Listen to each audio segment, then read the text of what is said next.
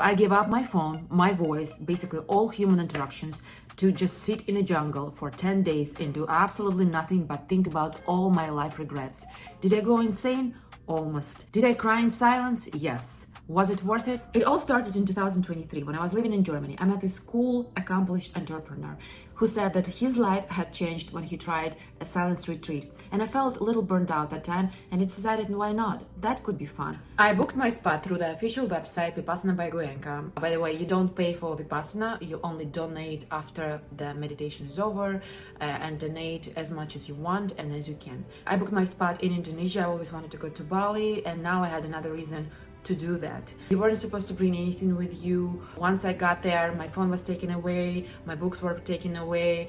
I was not supposed to have anything on me except for my clothes and some personal cosmetics.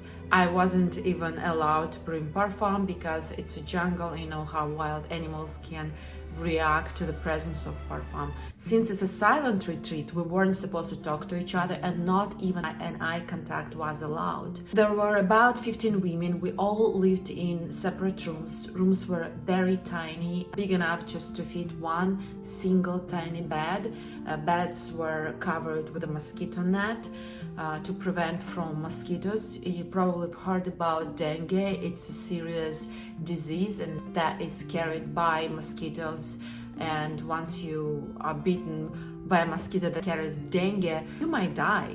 Besides that, we had a tiny nightstand and a plastic basin of which we used to wash our clothes because it's a jungle. There were no washing machines. So basically our rooms looked like jail cells. Our showers were combined with toilets. We were supposed to use toilets first, then cover the cover, open up a shower, take shower. The water would come down on the toilet at the same time because the space was so tiny, you couldn't avoid it. You are just like taking shower thinking, oh my god, I don't want to fall down on the toilet. It felt like you were in a Hunger Games situation. There were men as well, of course, but they were housed on the opposite side of the retreat. They were literally fenced off. We weren't able to look at them, to talk to them, to have an eye contact. The only time when we were in the same space with men was during our meditation sessions. Because the meditation center was so huge, there was like an invisible line between women and men. Women were seated on the right side of the meditation center and men were seated on the left side. We had a monk who through all 10 days sat and meditated with us. She didn't speak, but her presence felt strong. What was our schedule like? Wake up call at 4:15. At 4:30 we would already start meditating.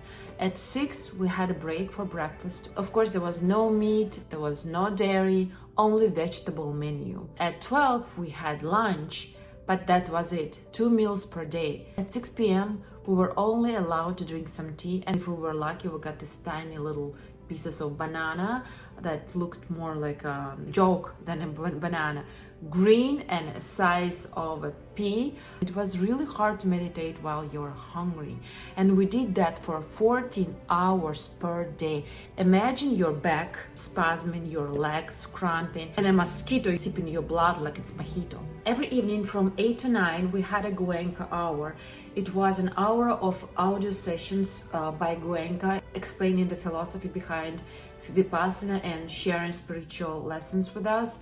This was the hour that grounded us, gave meaning to the pain. It reminded us, even though we felt pain everywhere in the body, our soul, in fact, was doing deep cleansing. What did I actually feel during those 10 days of silent meditation? On the first 2 days, I felt nothing.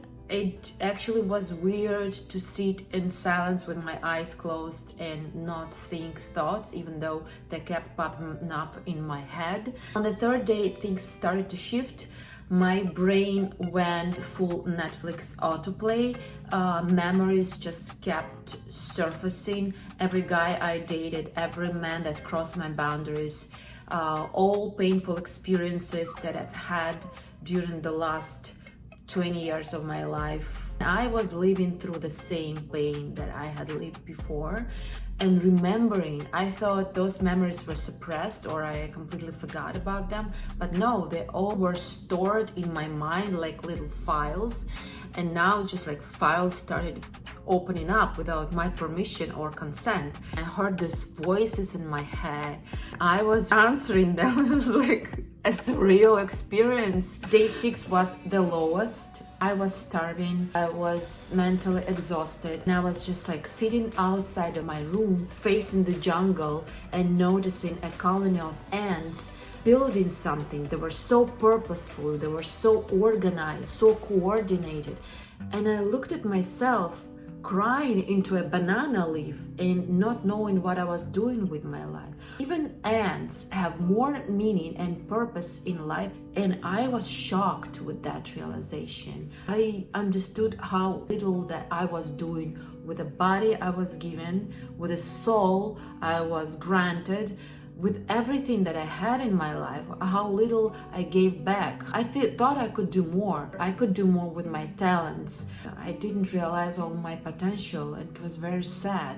And I had this enormous, profound feeling of love, of being grateful to the universe that I have this body, that I have this opportunity to do things right now while I'm still alive, and I'm not using them, and I started crying. On the day 10th, we were finally allowed to talk.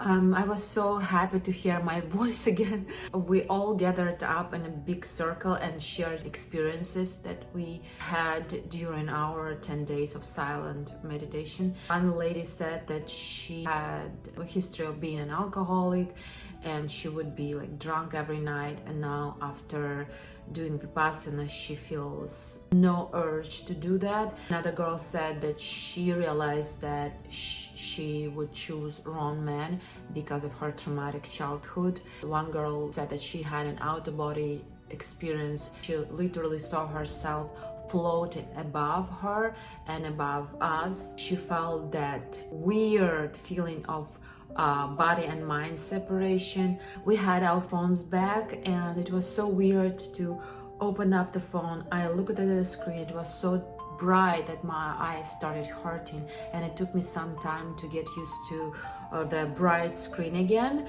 And when I started scrolling, I literally felt anxiety coming back to me. I actually realized how harmful it is to us, the habit of going through social media on a daily basis. We really need some social media detox once in a while. Vipassana is really helpful to understand that thoughts are not you, and you can actually choose not to think destructive thoughts. You choose not to think repetitive thoughts that you are used to.